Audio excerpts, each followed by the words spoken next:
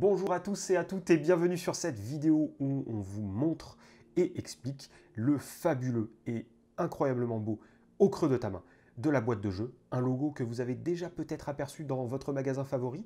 Vous pouvez le trouver notamment sur les boîtes de Cerbère 1 et le très célèbre It's a Wonderful World. Un jeu de Timothée Decroix, illustré par un panaché de talents, Gaël Lanurien, Pauline Detraz, Sabrina Miramont et le collectif Umeshu Lovers.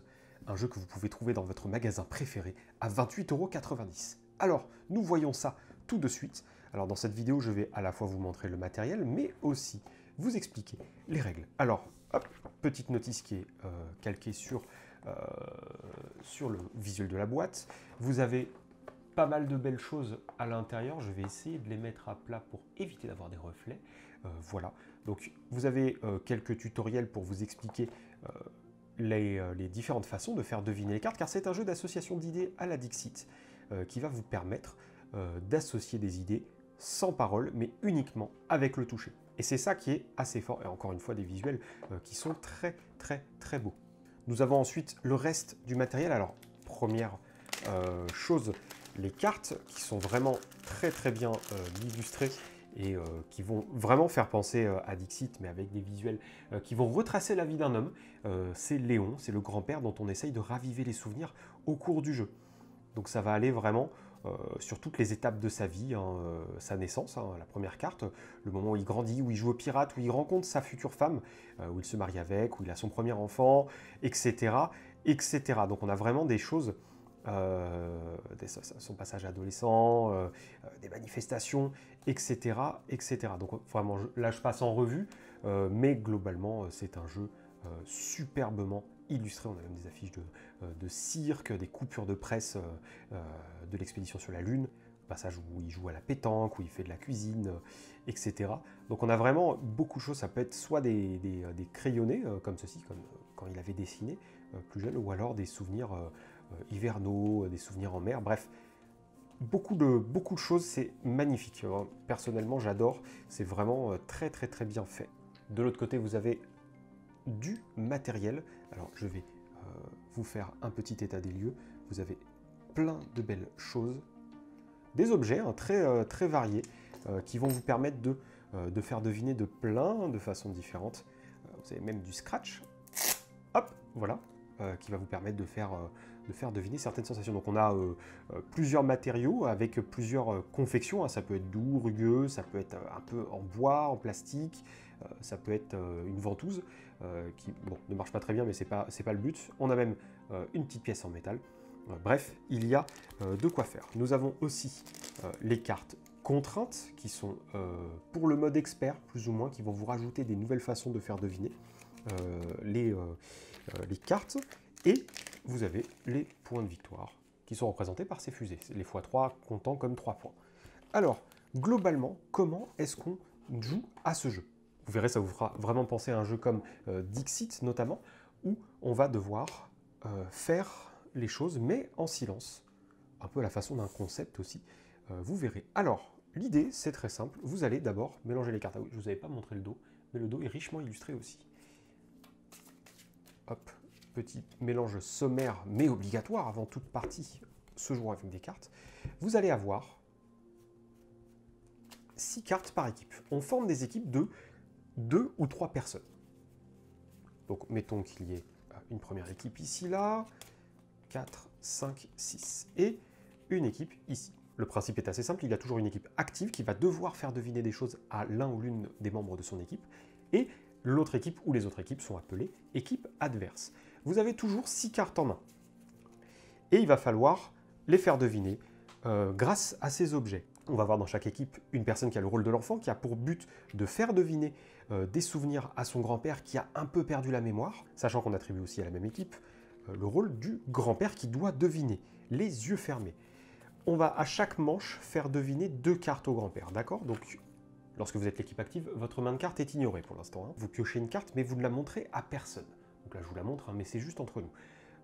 Par exemple, je vais avoir cette carte et je vais demander au grand-père de mettre sa main, comme ça, au-dessus de la table. Alors, ici, nous avons une carte qui va demander à être devinées, nous avons du sable, nous avons un tapis, nous avons un chapeau rond et on a des traces de pas ainsi qu'un parasol. Alors moi je décide de faire simplement comme la notice l'indique.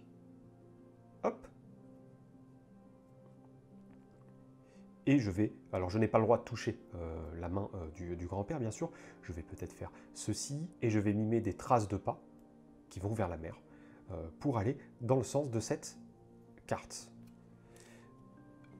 Bien sûr, cette carte est normalement mise face cachée. Ceci étant fait, l'équipe adverse va devoir poser une carte face cachée également. On reproduit ceci une deuxième fois. On va avoir cette carte-là.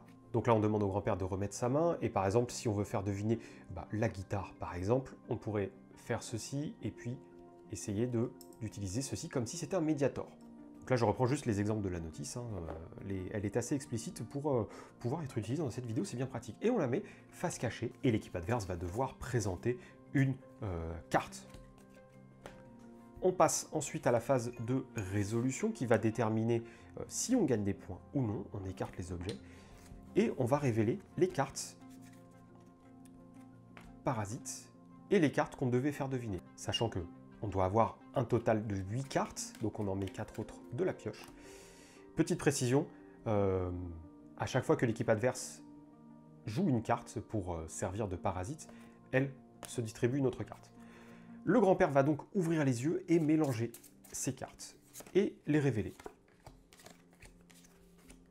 dans n'importe quel ordre, puisqu'elles sont mélangées.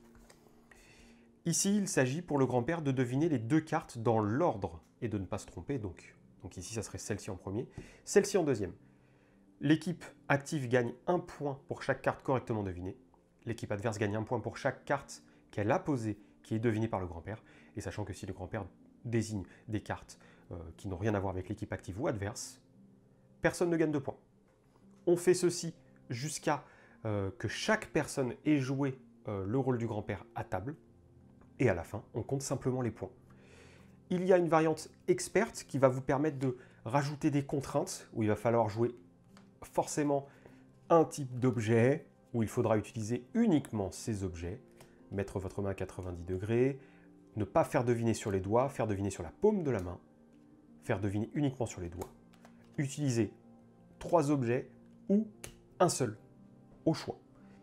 Si vous êtes 2, vous utilisez un mode coopératif et vous allez devoir faire deviner le plus de cartes possible en gagnant le plus de points, en étant comparé à un tableau. Sachant qu'il est possible de jouer de manière totalement individuelle aussi, avec simplement une autre organisation de la table. C'est-à-dire que quand vous êtes le grand-père, c'est la personne à votre droite qui joue l'enfant. Et on doit faire deviner les cartes à peu près de la même façon. Voilà, c'est la fin de cette vidéo qui présentait les règles d'Au creux de ta main et également le matériel, car encore une fois, c'est vraiment de toute beauté. Je vous montre ces 2 petites cartes-là, même dans des choses assez simples de la vie courante, ces cartes nous font vraiment voyager. C'est une bien belle boîte, avec des illustrations, encore une fois, j'insiste dessus, d'une richesse vraiment, vraiment exceptionnelle. En tout cas, on espère que cette vidéo vous a plu. Si vous avez la moindre question, n'hésitez pas à les poser en commentaire ou à nous contacter via l'un des liens disponibles dans la description de la vidéo. Et n'hésitez pas à mettre un pouce bleu et à partager cette vidéo sur les réseaux sociaux. Et d'ici une prochaine visite dans votre magasin favori ou une prochaine vidéo sur notre chaîne YouTube, on vous souhaite une très bonne journée ou soirée, d'excellents moments de jeu et surtout, prenez soin de vous, car ça aussi, c'est important.